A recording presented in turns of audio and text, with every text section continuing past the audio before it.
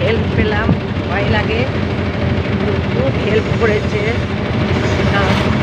টাকা 2 বছর পর বেরিয়েছি, দেখো দেখো এখন যাচ্ছি বাপের বাড়ি। একজন ওভারব্রিজ পার হয়ে ব্যাগ এনে দিল, আর একজন ব্যাগ নিয়ে রেল লাইন পার হয়ে টোটোতে নামিয়ে দিল।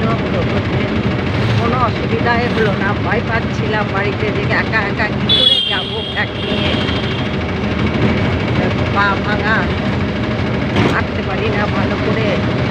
দেখো কোনো অসুবিধাই হলো না। এখন যাচ্ছি বানিয়া যাব, বানিয়া থেকে আমার ভাই বাইক নিয়ে আসবে, এসে নিয়ে যাবে। তোমরা যাবে, একটু এসো না, একটু হেল্প করতে পারো তোমরা সবাই এসে। দেখো রেখা ডৌবি চলে যাচ্ছি।